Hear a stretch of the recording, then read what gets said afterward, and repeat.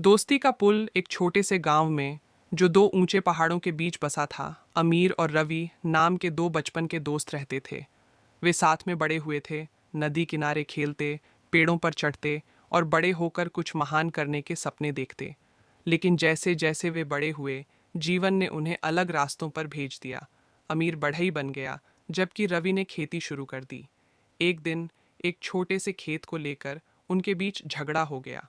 बात इतनी बढ़ गई कि दोनों ने एक दूसरे से बात करना बंद कर दिया। उनकी दोस्ती में खटास आ गई और दोनों के बीच की दूरियां उतनी ही गहरी हो गईं जितनी उनके गांव के बीच बहने वाली नदी। कुछ दिनों बाद एक घुमंतू बढ़ई गांव में आया। उसने घोषणा की कि वह किसी के लिए भी कुछ भी बना सकता है। अमीर ने उसे अपने खेत के किनारे बुलाया और कहा, मैं चाहता हूं कि तुम मेरे और रवि के खेत के बीच एक ऊंची दीवार बना दो, ताकि मैं उसे कभी न देख सकूं। बढ़ई मुस्कुराया और बोला, मैं तुम्हारी मदद करूंगा। अमीर अगले दिन जब काम देखने आया तो चौंक गया।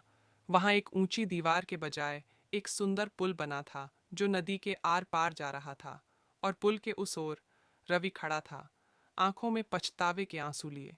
रवि ने कहा, अमीर, मैंने कभी नहीं सोचा था कि तुम अब भी हमारे बीच का रिश्ता जोड़ना चाहोगे। जब मैंने यह पुल देखा तो मुझे एहसास हुआ कि हमारी दोस्ती किसी भी झगड़े से बड़ी है। अमीर की आंखें भी नम हो गईं। उन्होंने बिना एक शब्द कहे एक दूसरे को गले लगा लिया। बढ़ई ने अपना सामान समेटा और जाने लगा। अमीर और रवि ने उसे रोककर पूछा, तुम कहाँ जा रहे हो? हमें और भी चीजें बनवानी हैं। बढ़ई मुस्कुराया और कहा, मुझे और भी जगहों पर जाकर दोस्ती के पुल बनाने हैं।